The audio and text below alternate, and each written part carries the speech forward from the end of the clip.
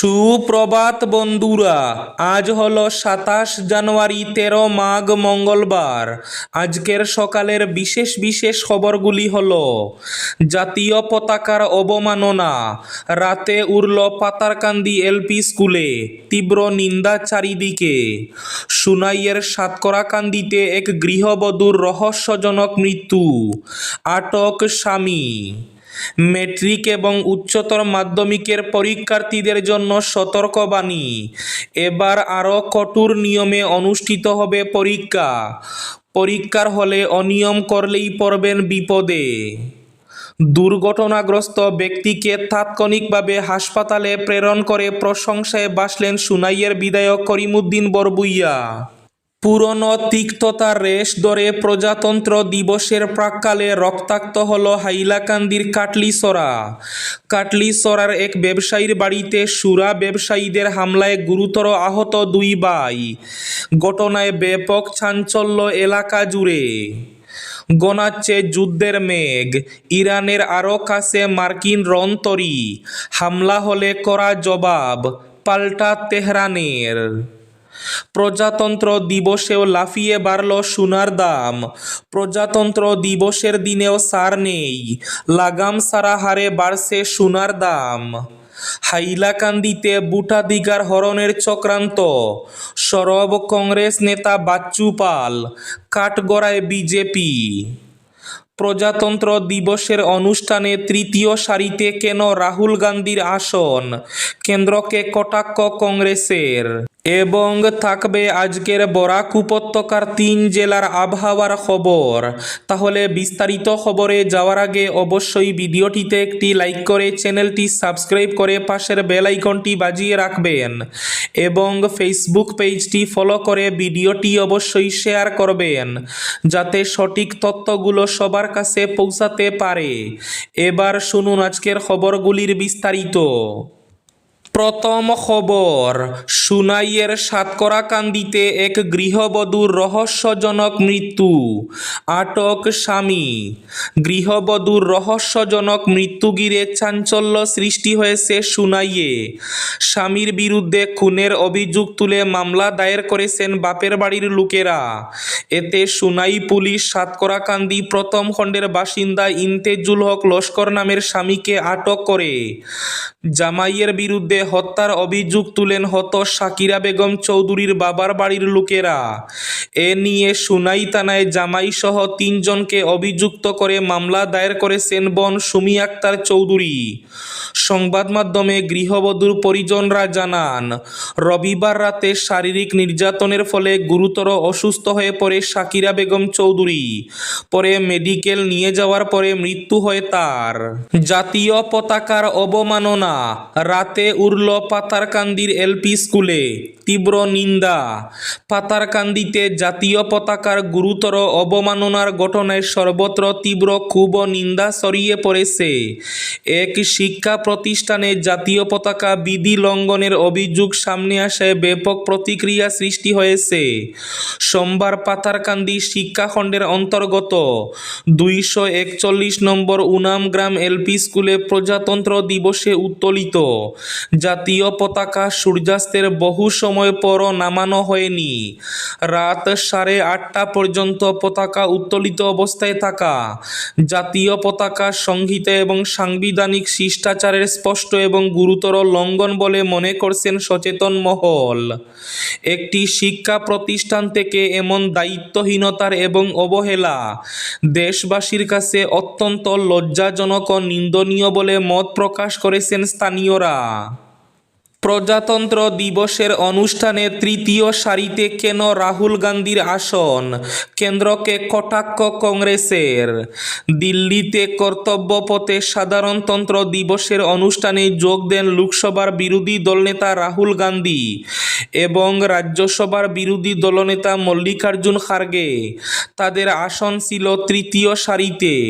এ নিয়ে এবার কেন্দ্রীয় সরকারকে তোপ দাগল কংগ্রেস। তাদের অভিযোগ, যুগ প্রটোকল ভেঙেছে নরেন্দ্র মোদী সরকার। সোমবারের অনুষ্ঠানে প্রথমে রাহুল গান্ধীর পাশে তৃতীয় সারিতে বসেছিলেন খার্গে, পরে তাকে সামনের সারিতে প্রাক্তন উপরাষ্ট্রপতি জগদীপ ধনকরের পাশে এনে বসানো হয়। তবে রাহুল গান্ধী ছিলেন তৃতীয় সারিতেই। কংগ্রেসের সাধারণ সম্পাদক রণদীপ সিং সুরজেওয়ালা এক্স হ্যান্ডেলে লিখেন, দেশের বিরোধী দলনেতাদের সঙ্গে এই ব্যবহার কি প্রটোকল, প্রথা, শালীনতার সঙ্গে যায়? হীনমন্যতা থেকে হতাশা তৈরি হয়েছে এই সরকারের।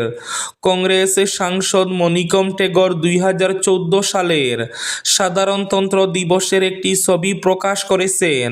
সেখানে লালকৃষ্ণ আডবাণী বিরোধী নেতা হিসাবে কোন সারিতে বসেছিলেন তার উল্লেখ করে বিজেপিকে খোঁচা দিয়েছেন তিনি।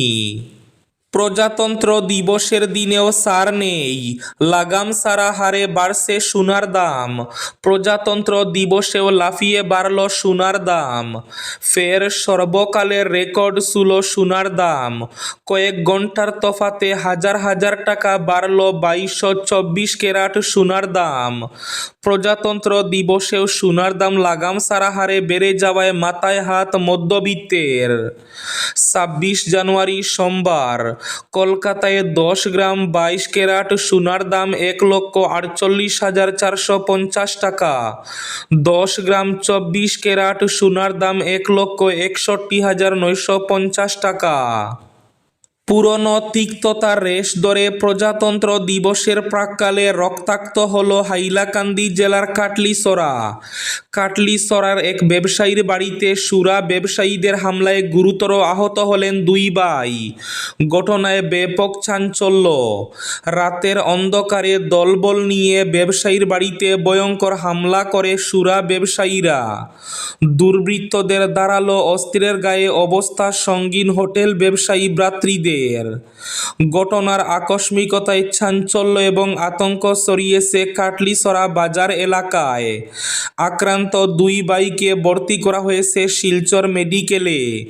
এদিকে ঘটনার তদন্ত শুরু করেছে পুলিশ। এইচএস এবং এইচএসএলসি পরীক্ষার্থীদের জন্য সতর্কবাণী। এবার আরও কঠোর নিয়মে হবে পরীক্ষা। পরীক্ষায় অনিয়মে ধরা পড়লেই বিপদ। কঠোর নিয়মের মধ্যে দিয়ে এবার অনুষ্ঠিত হবে ম্যাট্রিক এবং হায়ার সেকেন্ডারি পরীক্ষা। অনিয়ম করলেই বিপদে পড়বেন। এবার কোনো পরীক্ষার্থীরা যারা নকল করতে পারেন না তার জন্য কড়া ব্যবস্থা করা হবে। প্রতিজন পরীক্ষার্থীকে এবার আরও ভালো করে তল্লাশি করা হবে। তন্ন তন্ন করে তল্লাশি করা হবে পরীক্ষার্থীদের। এদিকে শালীনতা বজায় রেখে ছাত্রীদেরও চেকিং করা হবে।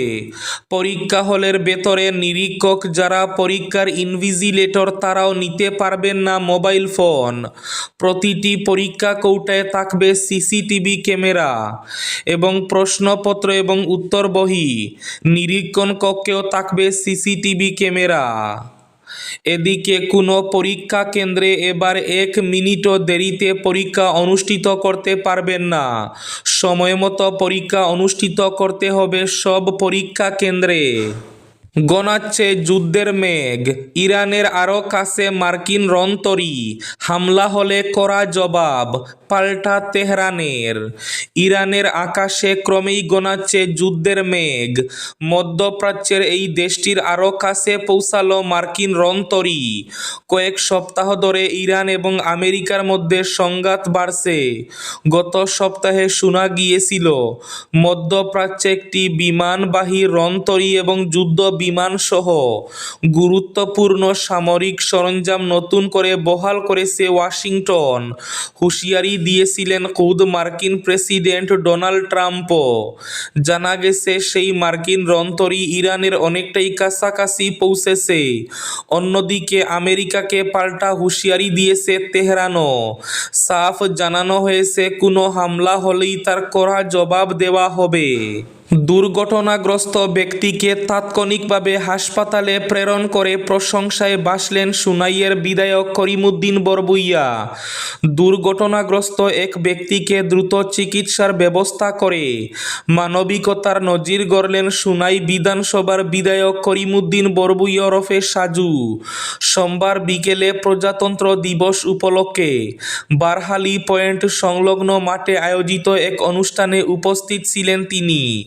অনুষ্ঠান চলাকালীন আচমকাই একটি দুর্ঘটনা ঘটে। বিষয়টি নজরে আসতেই কোনোরকম বিলম্ব না করে মঞ্চ থেকে নেমে দৌড়ে গিয়ে আহত ব্যক্তির খোঁজখবর নেন বিধায়ক সাজু। সঙ্গে সঙ্গে তিনি আহত ব্যক্তিকে চিকিৎসার জন্য হাসপাতালে পাঠানোর উদ্যোগ নেন। দ্রুত গাড়ির ব্যবস্থা করে তাকে নিকটবর্তী হাসপাতালে প্রেরণ করেন তিনি। আজকের বরাক উপত্যকার 3 জেলার আবহাওয়ার খবর। আজ বরাক উপত্যকার 3 জেলার আকাশ ফর্সা থাকার পূর্বাভাস। শিলচর কাছাড়ে আজ সর্বোচ্চ তাপমাত্রা থাকবে 24 ডিগ্রি সেলসিয়াস এবং সর্বনিম্ন তাপমাত্রা থাকবে 13 ডিগ্রি সেলসিয়াস। শ্রীভূমি তথা করিমগঞ্জ জেলায় আজ সর্বোচ্চ তাপমাত্রা থাকবে 25 ডিগ্রি সেলসিয়াস এবং সর্বনিম্ন তাপমাত্রা থাকবে 12 ডিগ্রি সেলসিয়াস। হাইলাকান্দি জেলায় আজ সর্বোচ্চ তাপমাত্রা থাকবে 24 ডিগ্রি সেলসিয়াস এবং সর্বনিম্ন তাপমাত্রা থাকবে 12 ডিগ্রি সেলসিয়াস। এবার শেষ খবরটি। হাইলাকান্দিতে ভোটাধিকার হরণের চক্রান্ত, সরব কংগ্রেস নেতা বাচ্চু পাল, কাঠগড়ায় বিজেপি। প্রজাতন্ত্র দিবসের পবিত্র লগ্নে হাইলাকান্দিতে সাধারণ মানুষের গণতান্ত্রিক অধিকার তথা ভোটাধিকার কেড়ে নেওয়ার এক গভীর ষড়যন্ত্রের অভিযোগ তুললেন কাটলিছড়া ব্লক কংগ্রেসের সভাপতি বাচ্চু পাল। কাটলিছড়া সার্কুলের অন্তর্গত 227 নম্বর চার্লমার স্কুল বুট কেন্দ্রের 12 জন ভোটারের বিরুদ্ধে দায়ের করা ভুয়া অভিযোগের শুনানিকে কেন্দ্র করে গতকাল রাজনৈতিক মহলে তীব্র চাঞ্চল্য ছড়িয়ে পড়ে। এদিন শুনানি শেষে খুব উগরে দিয়ে বাচ্চু পাল জানান, আমরা অত্যন্ত বিস্ময়ের লক্ষ্যের সঙ্গে লক্ষ্য করলাম যে 227 নম্বর বুট কেন্দ্রের 12 জন সহজ সরল ভোটারের নাগরিকত্ব নিয়ে যিনি অভিযোগ দায়ের করেছেন তিনি স্বয়ং ওই কেন্দ্রের ভোটারই নন। 8 নম্বর দলিডহর এলপি স্কুল বুট কেন্দ্রের ভোটার শ্রী নারায়ণ পালকে দিয়ে এই উদ্দেশ্য প্রণোদিত এবং ভিত্তিহীন অভিযোগ করা হয়েছে। এটা কোনো সাধারণ ভুল নয়, বরং পরিকল্পিতভাবে কংগ্রেসের ভোট কমানোর একটি গভীর চক্রান্ত। এই ছিল আজকের সকালের বিশেষ খবরগুলি। ভিডিওটি অবশ্যই লাইক করে শেয়ার করে দেবেন।